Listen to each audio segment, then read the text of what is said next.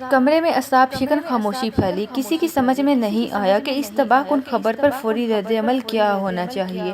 سب سے پہلے تائی جان نے سینے پر 2 حسرت مارتے ہوئے آواز نکالی، ہائے قیامت آ گئی ہمارے گھر پر، وہ کمینہ بے غیرت کہاں ٹکرا گیا تمہیں۔ تائی جان کا واویلا آغا جان اور مبین صاحب کو حواس میں لے آئی۔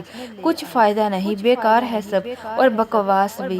چھڑی پر ان کے ہاتھ کپکپا رہے تھے۔ ارے میں کہتی ہوں رپورٹ کراؤ اس بے غیرت بے اہمیت کے خلاف، زندہ ترکو کروا دو اسے۔ تائی جان کے کوسنے اور بیان جاری تھے۔ مبین صاحب اور آغا جان کے سامنے بھی حقیقت واضح تھی۔ محرمہ کو ہاسپٹلائز ہونا فراڈ تھا، یعنی کہ یہ کھیل نمیر افندی کا تھا۔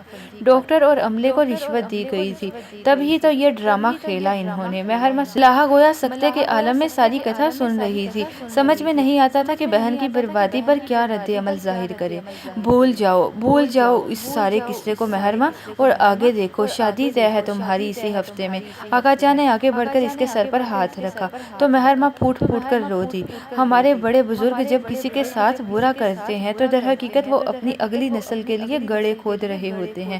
مال اور اولاد کو انسان کی آزمائش کہا گیا ہے۔ قصوروار نہ ہوتے ہوئے بھی اولاد سزا کاٹتی ہے تو دل انہی بڑوں کا کٹتا ہے۔ اس نے واقعی نکاح کیا ہے آقا جان؟ محرمہ نے سرخ ہوتی آنکھوں سے انہیں دیکھا اور بھرائے ہوئے لہجے میں بولی، کوئی حیثیت نہیں اس نکاح کی محرمہ، تم بس خاموش رہو، چند دن بعد تمہاری شادی ہے۔ تائی جان متوسط زدہ بس بولی، بس نہ چلتا تھا کہ محرمہ کے ذہن سے یہ واقعہ ہی کھینچ ڈالے۔ بھول جاؤ اس منحوس واقعہ کو محرمہ، سمجھو ایک ڈراؤنا خواب دیکھا تھا، آغا جان نے دبنگ لہجے میں کہا تو وہ بے یقینی سے باری باری اماں اور دادا کو دیکھتے ہوئے بولی، آپ لوگ مذاق سمجھ رہے ہیں اس بات کو؟ مذاق ہی تو ہے یہ سب، نہ ولی نہ گواہ گان نہ تمہاری مرضی شامل تھی اس نکاح میں، باطل ہے نکاح، آغا جان نے درستگی سے کہا۔ محرمہ کی آنکھیں ابل پڑیں، وہ روتے ہوئے بولی، جو بھی ہے آغا جان، مگر جب تک اس مسئلے کا حل نہیں نکلتا میں شادی نہیں کروں گی، نکاح پر نکاح۔ مبین صاحب کرسی پر ساکت جامد بیٹھے رہے، بازی ہاتھ سے نکل چکی تھی۔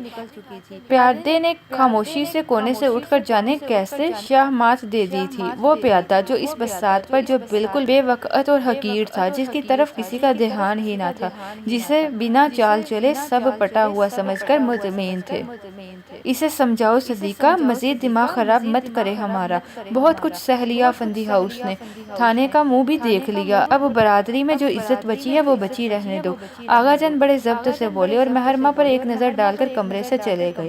محرمہ ماں سے لپٹ کر اونچی آواز میں رونے لگی، آپ لوگ تو میری بات کو سمجھے امی، میں کسی مفتی عالم سے پوچھتا ہوں، بنا مرضی کے زبردستی نکاح کی واقعی کوئی اہمیت نہیں ہوتی بیٹا۔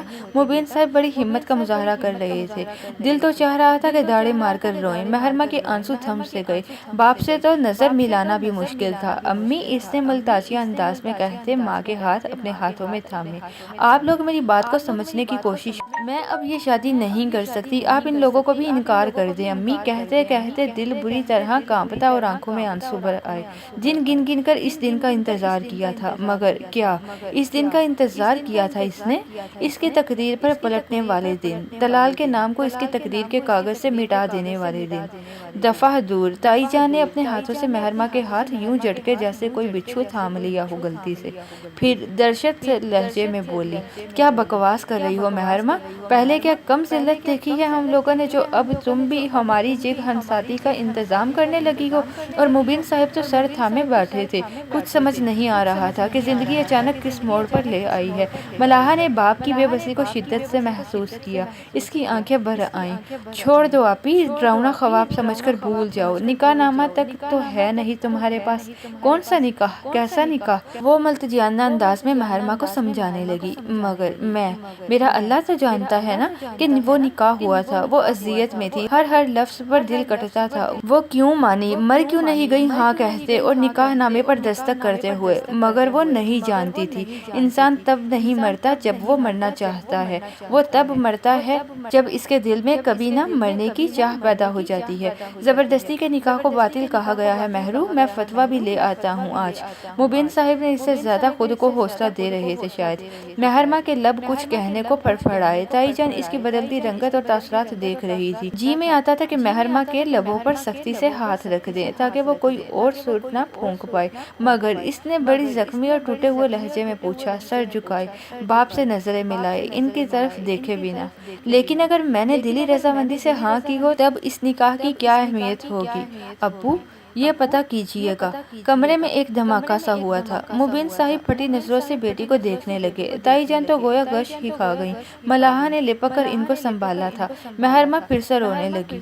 آغا جان کو ایک پل چین نہ پڑتا تھا۔ ان میں پہلے کا سا دم خم چاہے نہ رہا ہو، مگر ان کا غصہ، تنفر اور زرنگار سے نفرت کی شدت کم نہیں ہوئی تھی۔ ابھی بھی انہوں نے موہت کو اسٹڈی میں بلوایا تھا۔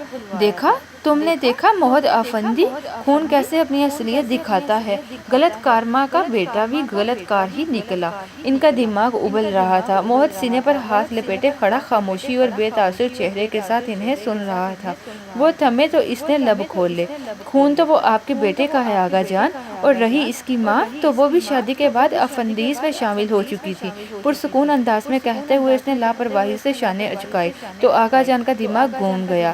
گور کر اپنے منظور منظر پوتے کو ناگواری سے دیکھا۔ کوئی بھی کوڑے کے ڈھیر سے کسی کو اٹھا لائے اور افندی ہاؤس والوں سے رشتہ داری گانٹنے کی کوشش کرے تو ہم اسے اپنا لیں گے، ہم اسے اپنا خون مان لیں۔ خیر، اس نے سر جھٹکا۔ اس بات کی سچائی کے گواہ تو ماما اور پاپا بھی ہیں۔ وہ جب اپنے بھائی کی بات سن کر گئے، وہاں ان کا بیٹا بھی موجود تھا۔ وہ آزاد ماحول کا پروردہ تھا، ڈرے جھجکے بنا بات کرتا تھا۔ مگر اس کی اہمیت کیسے ہوئی اس قدر بے غیرتی دکھانے کی؟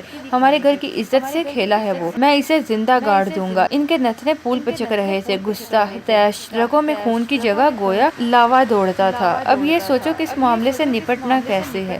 شادی طے ہے مہرماں کی، اور وہ کسی صورت شادی پر راضی نہیں ہو رہی۔ وہ بے بسی سے بولے۔ بس نہیں چل رہا تھا کہ کہیں سے نمیر افندی ان کے سامنے آ جائے اور وہ اسے گولیوں سے بھون ڈالیں۔ ایک بندہ جسے ہم میں سے کوئی جانتا نہیں، نہ اسے کبھی دیکھا ہے، اسے ہم کیسے ڈھونڈ سکتے ہیں؟ اس نے شانے اچکا کر بے چارگی ظاہر کی تھی۔ مہرو سے پوچھو، اس نے تو دیکھا ہوگا نا؟